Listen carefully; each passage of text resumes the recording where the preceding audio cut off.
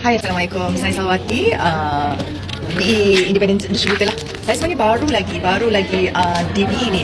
Kiranya betul-betul aktif pada 1.5. 1.5 tu saya sebab saya nak, kaki saya sakit. Saya ada masalah cucuk-cucuk kan, kebas. Saya try stocking. Bila kawan saya kata stocking bagus, saya cuba dan saya memang betul. Bila saya dah cuba tu, because of the condition fiber tu kan, dia dah bantu kaki saya. Saya rasa macam kena massage. Tak perlu dah massage. Saya tak perlu nak suruh anak saya pijit-pijit kaki saya. Alhamdulillah, kaki saya dah okey. Saya akan memang saya pakai hari-hari. Saya kerja malam saya pakai sebab saya tahu fiber ni dia akan bantu saya punya blood circulation. Okey. Bila saya dah pakai, saya share kawan saya. Sebab apa tahu, saya rasa macam why not kita bantu lagi ramai orang kat luar sana. Dari masa apa saya buat, saya share je kat status saya punya WhatsApp. Bila saya share, minggu pertama saya share je, saya dah ada customer dah. Kita sekarang bisnes online tau, sangat-sangat mudah. So saya punya kawan tu daftar sendiri online, beli sendiri 2 pasang dia pakai. Okey, saya nak share. Lepas saya dah pakai, saya bagus. Actually anak saya, asbab saya semua ni. Asbab saya pun ada masalah sama juga sebenarnya. Dia ada masalah cucuk apa dia punya tumit tu kan, mencucuk juga. Itu bila dia pakai malam, besoknya dia pijak terlantar, dia dah tak sakit dah. Itu yang best. Olahraga soal ni memang sangat-sangat best. Okay, then anak saya pun ada masalah juga. Kaki dia sakit, selalu kena serang sakit-sakit.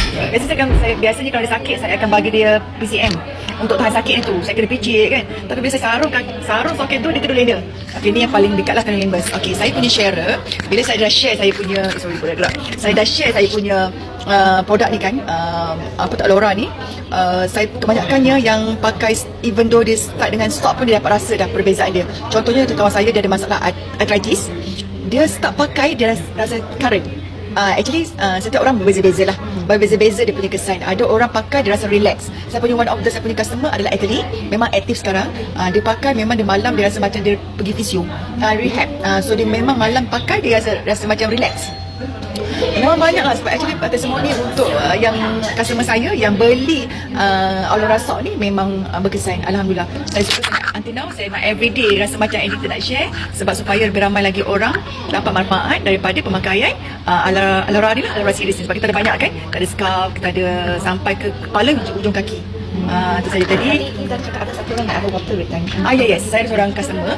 Husband dia ada memang dah duduk wheelchair selama 22 tahun. And then dia ada bengkak atau sembak kaki dia dah lama lah, rasanya mungkin 2-3 tahun juga. Actually tak sakit, tapi dia punya bengkak tu menyebabkan orang yang melihat tak selesa, pasangan tak selesa. So apa yang kawan saya buat, dia pakaikan stocking Laura ni, lepas 3 hari bengkak tu hilang. Dah lama. So bengkak tu hilang, dan alhamdulillah lah kan. Ada lagi seorang sebenarnya diabetes saya punya customer juga, sama juga, dia pun ada water retention because of dia on diabetes patient kan, dia masalah tu kan. Dia pakai pun dia dah surut dah bengkak dia tu. Sebenarnya penting sebenarnya pakai dan cuba. Tapi dekat luar ada orang skeptical lagi. Ya, skeptical sebab satu dia tak cuba lagi. Yang kedua dia tak tahu function condition fiber ni. Kalau dia tengok orang, even doktor pakai infrared pun buat bisnes ni. Kalau kita tak buat, tak pakai, tak cuba, rugilah. Rugi itu je.